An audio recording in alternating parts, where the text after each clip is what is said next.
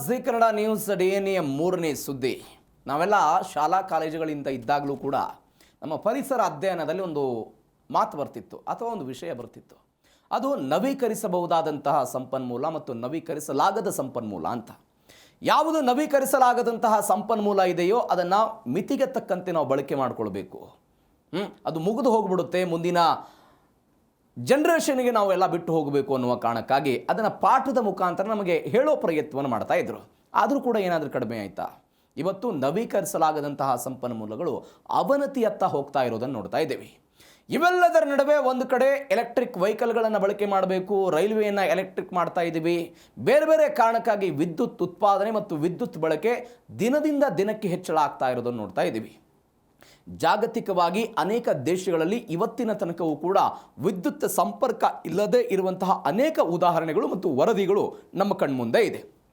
ಹಾಗಾದರೆ ವಿದ್ಯುತ್ತನ್ನು ಇವತ್ತು ಯಥೇಚ್ಛವಾಗಿ ನಾವು ಉತ್ಪಾದನೆ ಮಾಡ್ತಾ ಇದ್ದದ್ದು ಕಲ್ಲಿದ್ದಿಲಿನ ಮುಖಾಂತರ. ಕಲ್ಲಿದ್ದಲು ನವೀಕರಿಸಲಾಗದಂತಹ ಸಂಪನ್ಮೂಲ, ಆದ್ದರಿಂದ ಪರಿಸರಕ್ಕೆ ಮಾಲಿನ್ಯವೂ ಕೂಡ ಅತಿ ದೊಡ್ಡ ಮಟ್ಟದಲ್ಲಿ ಆಗ್ತಾ ಇತ್ತು. ಇದಕ್ಕೆ ಪರ್ಯಾಯ ಎನ್ನುವಂತೆ ಚೀನಾ ಒಂದು ಹೊಸ ಪ್ರಯೋಗವನ್ನು ಮಾಡಿದೆ. ಜಾಗತಿಕ ಇತಿಹಾಸದಲ್ಲೇ ಒಂದು ಮೈಲಿಗಲ್ಲು ಸೃಷ್ಟಿ ಮಾಡುವ ಪ್ರಯತ್ನವನ್ನು, ಒಂದು ಕೃತಕ ಸೂರ್ಯನನ್ನು ಸೃಷ್ಟಿ ಮಾಡುವ ಮುಖಾಂತರ ವಿದ್ಯುತ್ ಉತ್ಪಾದನೆಗೆ ಚೀನಾ ಕೈ ಹಾಕಿರುವಂಥದ್ದು. ಹಾಗಾದರೆ ಏನಿದೆ ಯೋಜನೆ? How it is possible? ಭಾರತಕ್ಕೂ ಕೂಡ ಸಿಗುತ್ತಾ ಇದು? ಡೀಟೇಲ್ಸ್ ನೋಡ್ತಾ ಹೋಗೋಣ. ಚೀನಾದಿಂದ ಕೃತಕ ಸೂರ್ಯ ಯೋಜನೆ ಅಂತ. ಕೃತಕ ಸೂರ್ಯ ಯೋಜನೆ, ಚೀನಾ ತನ್ನ ಕೃತಕ ಸೂರ್ಯ ಯೋಜನೆಗಾಗಿ ವಿಶ್ವದ ಅತ್ಯಂತ ದೊಡ್ಡ ಅಯಸ್ಕಾಂತ ಯಶಸ್ವಿಯಾಗಿ ನಿರ್ಮಿಸಿ ಅದನ್ನು ಪರೀಕ್ಷೆ ಮಾಡುವ ಪ್ರಯತ್ನವನ್ನು ಮಾಡಿದ್ದಾರೆ. ಯಾರು? ಚೀನಾದವರು.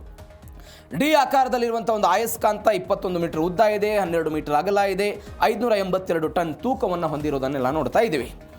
ಏನಿದೆ ಹಾಗಾದರೆ? ವಿಶ್ವ ಬ್ಯಾಂಕ್ ಮತ್ತು ಅಂತಾರಾಷ್ಟ್ರೀಯ ಇಂಧನ ಸಂಸ್ಥೆ ಒಂದು ವರದಿ ಕೊಡ್ತು. ಆ ವರದಿಯಲ್ಲಿ ಹೇಳ್ತಾರೆ, ಜಗತ್ತಿನಲ್ಲಿ ಇಂದಿಗೂ ತನಕ 68ರಿಂದ 70 ಕೋಟಿಯ ಜನರಿಗೆ ವಿದ್ಯುತ್ ಸಂಪರ್ಕ ಇಲ್ಲ. 60%ಕ್ಕಿಂತ ಹೆಚ್ಚು ಭಾಗ ಕಲ್ಲಿದ್ದಲು ಮತ್ತು ನೈಸರ್ಗಿಕ ಅನಿಲದಿಂದಲ ಉತ್ಪಾದನೆ ಆಗ್ತಾ ಇದೆ ವಿದ್ಯುತ್ತು. ಇವುಗಳ ದಾಸ್ತಾನು ವೇಗವಾಗಿ ಕಡಿಮೆ ಆಗ್ತಾ ಇದೆ, ಇತ್ಯಾದಿ ಇತ್ಯಾದಿ ವರದಿ. ವಿದ್ಯುತ್ ವಲಯದಿಂದ ವರ್ಷಕ್ಕೆ ಸುಮಾರು 13.5 ಬಿಲಿಯನ್ ಟನ್ ಅಂದರೆ ಮಾಲಿನ್ಯ ಆಗ್ತಾ ಇದೆ. ಮುಂದಿನ 20 ವರ್ಷಗಳಲ್ಲಿ ಜಾಗತಿಕ ವಿದ್ಯುತ್ ಬೇಡಿಕೆ 50%ಕ್ಕಿಂತ ಹೆಚ್ಚಾಗುತ್ತೆ ಅಂತ ವರದಿಯೆಲ್ಲ ಉಲ್ಲೇಖ ಆಯಿತು. ಇದಕ್ಕೆ ಪರ್ಯಾಯವಾಗಿ ಚೀನಾ ಏನು ಮಾಡ್ತು ಅಂತ ಹೇಳಿದ್ರೆ, ಒಂದು ಕೃತಕ ಸೂರ್ಯ ಯೋಜನೆ ಅಂತಂದಿದ್ದಾರೆ. EAST, experimental advanced super conducting tokamak ಅಂತ ಕರೀತಾ ಇದ್ದಾರೆ. ಈ ಯೋಜನೆಯ ಹೆಸರಿದು. ಏನಿದೆ ಹೆಂಗೆ ಅಂತ ಹೇಳಿದರೆ, ಹೆಂಗೆ ನಮಗೆ ಪ್ರಾಕೃತಿಕ ದತ್ತವಾಗಿ ಸೂರ್ಯನಿಂದ ಬೆಳಕು ಮತ್ತು ಶಾಖ ಸಿಗುತ್ತದೆಯೋ ಅದೇ ರೀತಿಯಾಗಿ ಭೂಮಿಯ ಮೇಲೆ ಒಂದು ಚಿಕ್ಕ ಸೂರ್ಯನನ್ನು ಮನುಷ್ಯರೇ ತಯಾರಿಸುವಂತಹ ಪ್ರಯತ್ನ ಅಂತ ಚೀನಾ ಹೇಳಿಕೊಂಡಿದೆ. ಸೂರ್ಯನಿಂದ ನಮಗೆ ಕೃತಕವಾಗಿ ಬೆಳಕು ಸಿಗುತ್ತೆ, ಶಾಖವೂ ಕೂಡ ಸಿಗುತ್ತೆ. ಅದನ್ನೇ ಒಂದು ಮಾದರಿಯಲ್ಲಿ ಕೃತಕವಾಗಿ ಇದನ್ನು ತಯಾರು ಮಾಡುವಂಥ ಒಂದು ಹಂತ ಇದು. ಹೆಂಗೆ? ಅದಕ್ಕೊಂದು ಎಕ್ಸಾಂಪಲ್ ಕೊಡ್ತಾರೆ ಅವರು. ನಾವು ಮನೆಯಲ್ಲಿ ಒಲೆಯನ್ನು ಉರಿಸ್ತೀವಿ, ಸೌದೆ ಅಥವಾ ಗ್ಯಾಸನ್ನೆಲ್ಲ ಬಳಕೆ ಮಾಡ್ತೀವಿ. ಆದರೆ ಚೀನಾದ ವಿಜ್ಞಾನಿಗಳು ಒಂದು ದೊಡ್ಡ ತರನಾದಂಥ ಸ್ಟೀಲ್ ರೂಮ್ನ ಒಳಗಡೆ ಸೂರ್ಯನಷ್ಟೇ ಭಾರಿ ಶಾಖ ಮತ್ತು ಶಕ್ತಿಯನ್ನು ಉತ್ಪಾದಿಸುವಂಥ ಒಂದು ವಿಜ್ಞಾನದ ಒಲೆಯನ್ನು ಕಂಡುಹಿಡಿದಿದ್ದಾರೆ. ಆ ವಿಜ್ಞಾನದ ಒಲೆಯ ಮುಖಾಂತರ ವಿದ್ಯುತ್ತನ್ನು ಉತ್ಪಾದನೆ ಮಾಡ್ತಾರೆ ಅಂತ.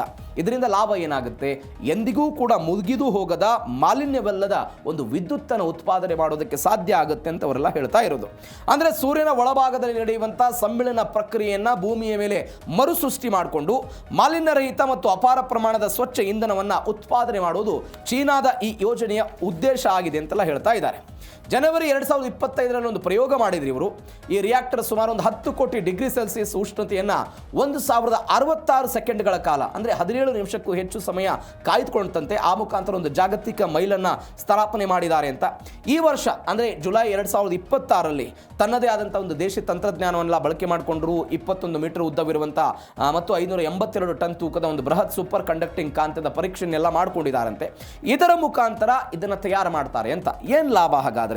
ಸಾಂಪ್ರದಾಯಿಕ ಕಲ್ಲಿದ್ದಲು ಮತ್ತು ಪೆಟ್ರೋಲಿಯಂನಂತೆ ಇದು ಮುಗಿದು ಹೋಗಲ್ಲ. ನಾನು ಅವಾಗಲೇ ಇದಕ್ಕೆ ಎಕ್ಸಾಂಪಲ್ ಕೊಟ್ಟೆ. ಇದನ್ನು ನೀವು ಅನೇಕ ವರ್ಷಗಳ ಕಾಲ ಉತ್ಪಾದನೆ ಮಾಡಬಹುದು. ಎರಡನೇದು ಭಾರಿ ಪ್ರಾಮುಖ್ಯತೆ ಏನು ಅಂತ ಹೇಳಿದ್ರೆ, ಕಾರ್ಬನ್ ಮುಕ್ತ ಇಂಧನ ಸಿಗುತ್ತೆ. ಯಾವುದೇ ಹಾನಿಕಾರಕ ಹಸಿರುಮನೆ ಅನಿಲಗಳನ್ನು ಇದು ಬಿಡುಗಡೆ ಮಾಡೋದಲ್ಲ. ಹೀಗಾಗಿ ಪರಿಸರಕ್ಕೆ ಯಾವುದೇ ಮಾಲಿನ್ಯ ಆಗಲ್ಲ ಅಂತ ಇದು ಚೀನಾದವರು ಹೇಳ್ಕೊಂಡಿದ್ದಾರೆ. ಮತ್ತೊಂದು ಕಡೆ ಸುರಕ್ಷಿತ ಪರಮಾಣು ಇಂಧನ ನಮಗೆ ಸಿಕ್ಕಾಕೊಳ್ತಾ ಹೋಗುತ್ತೆ. ಹೆಂಗೆ? ನ್ಯೂಕ್ಲಿಯರ್ ಫಿಷನ್ ರಿಯಾಕ್ಟರ್ಗಳಂತೆ ಇದು ದೀರ್ಘಕಾಲದ ವಿಕಿರಣಶೀಲ ತ್ಯಾಜ್ಯವನ್ನು ಉತ್ಪಾದನೆ ಮಾಡಲ್ಲ, ಸ್ಫೋಟದ ಅಪಾಯವನ್ನು ಕೂಡ ಎಲ್ಲ ಕಡಿಮೆ ಮಾಡುತ್ತೆ ಅಂತ. ಇದರ ಭಾಗವಾಗಿ ಅವರು 2030 ಒಳಗಾಗಿ ಬೆಸ್ಟ್ ಅಂತ burning plasma experimental super conducting tokamak ಇದನ್ನು ಮುಂದುವರಿಸಿ 2030 ಒಳಗಾಗಿ ಅನುಷ್ಠಾನ ಮಾಡುವ ಹಂತಕ್ಕೆ ಚೀನಾ ಹೋಗ್ತಾ ಇದೆ ಅನ್ನುವಂಥ ವರದಿಗಳು ಇದೀಗ ಚೀನಾದಲ್ಲಿ ಬಂದಿರುವುದು. ಇದರ ಅರ್ಥ ಏನು ಅಂತ ಹೇಳಿದ್ರೆ, ಒಂದು ವಿದ್ಯುತ್ ತಯಾರಿಕೆಗೆ, ಒಂದು ವಿದ್ಯುತ್ ಉತ್ಪಾದನೆಗೆ ಪರ್ಯಾಯ ವ್ಯವಸ್ಥೆಯನ್ನು ಚೀನಾ ತನ್ನ ತಂತ್ರಜ್ಞಾನದ ಮುಖಾಂತರ ಮಾಡ್ತಾ ಇದೆ ಅಂತ ಇದೀಗ ಹೇಳ್ತಾ ಇದ್ದಾರೆ. ಇವೆಲ್ಲದರ ನಡುವೆ ತಂತ್ರಜ್ಞಾನ ಮತ್ತು ಒತ್ತಡರಹಿತ ದಹನ ಪ್ರಕ್ರಿಯೆ.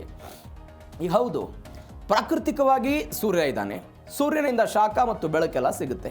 ಅದನ್ನು ಮರುಸೃಷ್ಟಿ ಮಾಡೋದು ಹೆಂಗೆ? How it is possible? ಅದರಲ್ಲಿ ಕೆಲವೊಂದಿಷ್ಟು ಪ್ರೊಸೆಸ್ಗಳಿದೆ. ಏನದು? ಚೀನಾದ ಹಾಸ್ಕಾಂಗ್ ವಿಜ್ಞಾನಿಯ ವಿವಿಯ ಸಹಾಯಕ ಪ್ರಾಧ್ಯಾಪಕ ಪ್ರೋ ತಿಂಗ್ ಜೂ ತಂಡದಿಂದ ಇದೆಲ್ಲ ಸಂಶೋಧನೆ ಆಗಿದೆ. Experimental advanced super conducting talk mark ಸಾಧನದಲ್ಲಿ ಜಲಜನಕವನ್ನು ಬಳಸಿ ಅದನ್ನು ಮಾಡ್ತಾರೆ ಅಂತ ಅವರೆಲ್ಲ ಹೇಳಿರೋದು. ಕೆಲವೊಂದಿಷ್ಟು ಪ್ರೊಸೆಸ್ ಇದೆ ಇದರಲ್ಲಿ. ಏನಿದು? ಮೊದಲ ಹಂತದಲ್ಲಿ ಸೂರ್ಯನ ತರಹ ಉರಿಯುವ ಬೆಂಕಿಯನ್ನು ಅಲ್ಲಿ ಸೃಷ್ಟಿ ಮಾಡ್ತಾರಂತ. ಹೆಂಗೆ?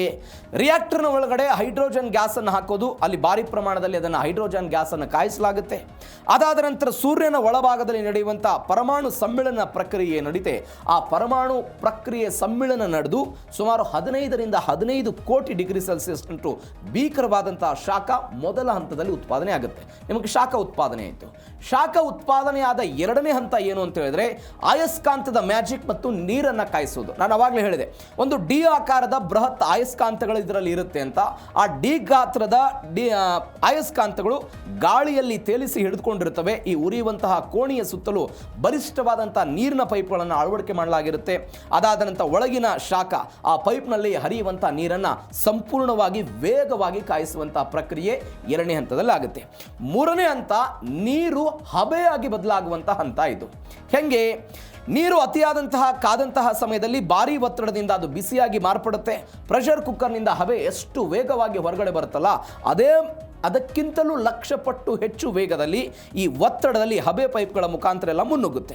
ಟರ್ಬೈನನ್ನು ತಿರುಗಿ ಕರೆಂಟ್ ಉತ್ಪಾದನೆ, ಅಂದರೆ ಹೀಗೆ ವೇಗವಾಗಿ ಬರುವಂಥ ಹಬೆಯನ್ನು ಒಂದು ದೊಡ್ಡ ಗಾಳಿಗಿರಣಿಯಂಥ ಚಕ್ರಕ್ಕೆ ಹೊಡೆಯಲಾಗುತ್ತಂತೆ. ಹಬೆಯ ಒತ್ತಡಕ್ಕೆ ಆ ದೊಡ್ಡ ಚಕ್ರ ಅತ್ಯಂತ ವೇಗವಾಗಿ ಸುತ್ತೋದಕ್ಕೆ ಪ್ರಾರಂಭ ಆಗುತ್ತೆ. ಈ ವೇಗವಾಗಿ ಚಕ್ರ ಸುತ್ತೋದಕ್ಕೆ ಪ್ರಾರಂಭವಾದ ನಂತರ ಅಲ್ಲಿ ವಿದ್ಯುತ್ ಉತ್ಪಾದನೆ ಆಗುತ್ತೆ ಅಂತ ಚೀನಾದವರು ಹೇಳಿರೋದು. ಈಗ ಕರ್ನಾಟಕದ ಅಥವಾ ದೇಶದ ಬೇರೆ ಬೇರೆ ಭಾಗಗಳಲ್ಲಿ ಫ್ಯಾನ್ಗಳನ್ನೆಲ್ಲ ಅಳವಡಿಕೆ ಮಾಡಿದ್ದಾರೆ.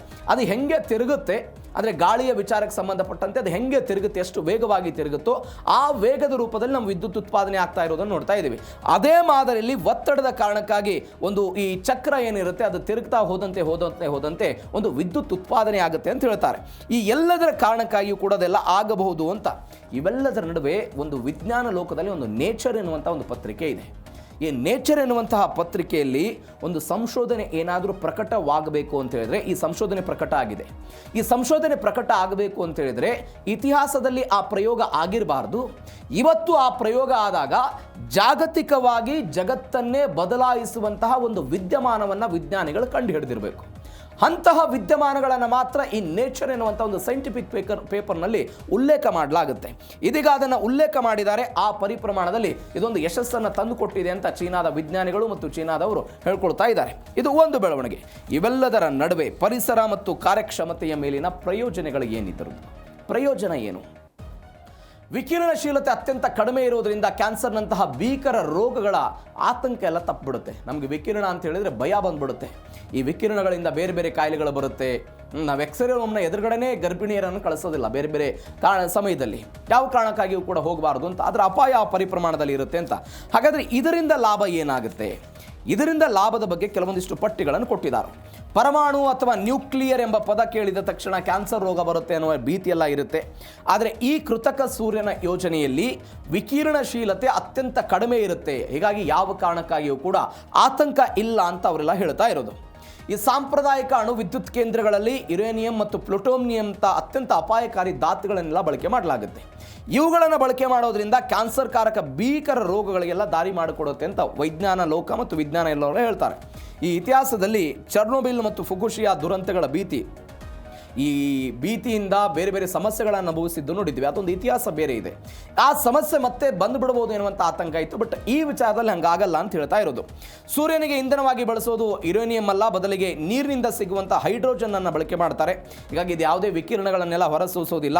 ಈ ಪ್ರಕ್ರಿಯೆಯಲ್ಲಿ ಸೃಷ್ಟಿಯಾಗುವಂಥ ಅಲ್ಪ ಸ್ವಲ್ಪ ವಿಕಿರಣಶೀಲತೆ ರಿಯಾಕ್ಟರ್ನ ಒಳಗಡೆ ಗೋಡೆಗಳಿಗೆ ಮಾತ್ರ ಸೀಮಿತ ಆಗಿರುತ್ತೆ. ಆಯುಷ್ಯ ಕೇವಲ ದಶಕಗಳು ಮಾತ್ರ ಇರುತ್ತೆ. ಹೀಗಾಗಿ ಯಾವುದೇ ಸಮಸ್ಯೆಗಳಾಗಲ್ಲ ಅಂತ. ಕ್ಯಾನ್ಸರ್ ಮುಕ್ತ ಭವಿಷ್ಯ ಅಂತಲೂ ಕೂಡ ಅದೆಲ್ಲ ಹೇಳ್ತಿದ್ದಾರೆ. ಭಾರತದ ಸೆಂಟರ್ ಫಾರ್ ಗ್ಲೋಬಲ್ ಸಸ್ಟೈನಬಿಲಿಟಿ ವರದಿಯ ಪ್ರಕಾರ ಈ ಭಾರತದಲ್ಲಿ ಕಲ್ಲಿದ್ದಲು ವಿದ್ಯುತ್ ಸ್ಥಾವರಗಳ ಮಾಲಿನ್ಯದಿಂದ ಸುಮಾರು 1,12,000 ಹೆಚ್ಚು ಜನ ಅಕಾಲಿಕವಾಗಿ ಈ ಕಲ್ಲಿದ್ದಲು ಮತ್ತು ವಿಕಿರಣದ ಕಾರಣಕ್ಕಾಗಿ ಮೃತಪಡ್ತಿದ್ದಾರೆ ಅಂತ ಒಂದು ವರದಿ ಬಂದಿದೆ. ಅದು ಭಾರತದಲ್ಲಿ ಮಾತ್ರ 1,12,000ಕ್ಕೂ ಹೆಚ್ಚು ಜನ ಅದನ್ನು ಸಾಯ್ತಿದ್ದಾರೆ ಅಂತ. ಅದಕ್ಕೆ ಪರಿಹಾರವಾಗಿ ಇದೊಂದು ಕೃತಕ ಸೂರ್ಯ ಒಂದು ಅವಕಾಶವನ್ನು ತಂದುಕೊಡಬಹುದು ಅಂತ ಒಂದು ಲೆಕ್ಕಾಚಾರ.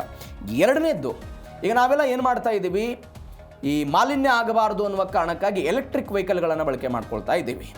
ಒಂದು ಕಡೆ ಮಾಲಿನ್ಯ ಆಗಬಾರ್ದು ಅಂತ ಎಲೆಕ್ಟ್ರಿಕ್ ವೆಹಿಕಲ್ಗಳನ್ನು ಬಳಕೆ ಮಾಡ್ಕೊಳ್ತೀವಿ. ಆ ಎಲೆಕ್ಟ್ರಿಕ್ ವೆಹಿಕಲ್ಗಳ ಚಾರ್ಜ್ ಆಗಬೇಕಲ್ಲ, ಆ ಚಾರ್ಜ್ಗೆ ಬೇಕಾಗಿದ್ದದ್ದು ವಿದ್ಯುತ್ತು.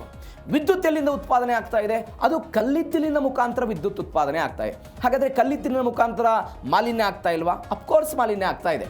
ಇದರ ಅರ್ಥ ಇಷ್ಟೇ, ನೀವು ಎಲೆಕ್ಟ್ರಿಕ್ ವೆಹಿಕಲ್ಗಳ ಮುಖಾಂತರ ಮಾಲಿನ್ಯ ಮಾಡಲ್ಲ ಅಂತ ಹೇಳ್ತೀರಿ, ಅದಕ್ಕೆ ಬೇಕಾದಂಥ ಶಕ್ತಿ ಎನರ್ಜಿಯನ್ನು ತಯಾರು ಮಾಡಬೇಕು ಅಂತ ಹೇಳಿದ್ರೆ ಅಲ್ಲಿ ಮಾಲಿನ್ಯವನ್ನು ಮಾಡ್ತಾ ಇದ್ರಿ.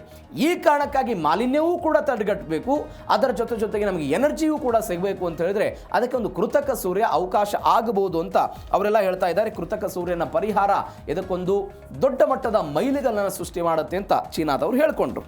ಇವೆಲ್ಲದರ ನಡುವೆ ತ್ಯಾಜ್ಯ ನಿರ್ವಹಣೆ ಮತ್ತು ಪರಿಸರ ರಕ್ಷಣೆ ಮತ್ತು ಪರಿಸರ ರಕ್ಷಣೆ ಪ್ರತಿಯೊಬ್ಬರ ಜವಾಬ್ದಾರಿಯಾಗಿ ಇವತ್ತು ಮಾರ್ಪಟ್ಟಿದೆ.